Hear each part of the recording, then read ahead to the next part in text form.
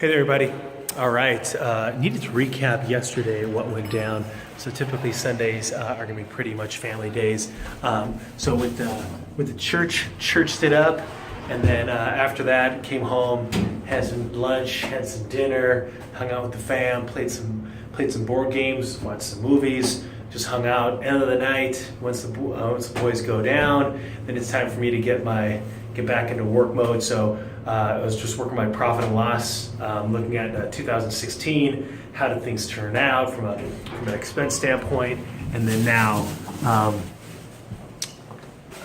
and then starting to look at 2017, just from an overall. I know where I'm headed, but I want to put some of the details down. So for me, I already have my goals, what I'm trying to accomplish. But then what the business plan allows me to do is start getting a little bit more detailed into my vacations. I found that a lot of people that are self-employed, they can vacation themselves out of success, out of the business, because it just happens whenever they want to.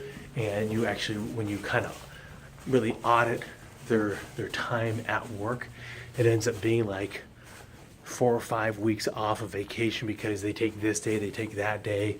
They aren't keeping track of it at all, and so it becomes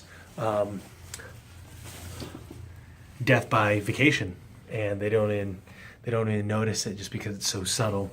And then so for me, I really like digging into the nuts and bolts, the details.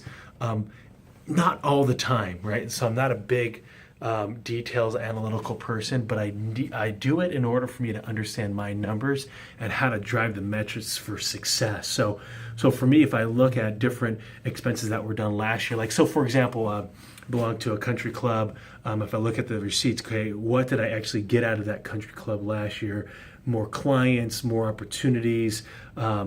Was it worth the value? And so that's what I'd say for anything from an expense standpoint is, did those things make sense? And if I use those same dollars, even if let's say it's $100, could that $100 be spent differently to get me into the right market, or could it be utilized in a much more efficient way? Plus, it allows you, as you look at your profit and loss statement, it can allow you to just see what is really driving my success, and then what's actually eating away, right? So obviously there's a revenue top line, that's what's coming in. Then you have your expenses, and what are some of those big expenses that are coming in? Can you reduce that somehow? Can you be more efficient with your time and of course your dollars? And that way you take home more.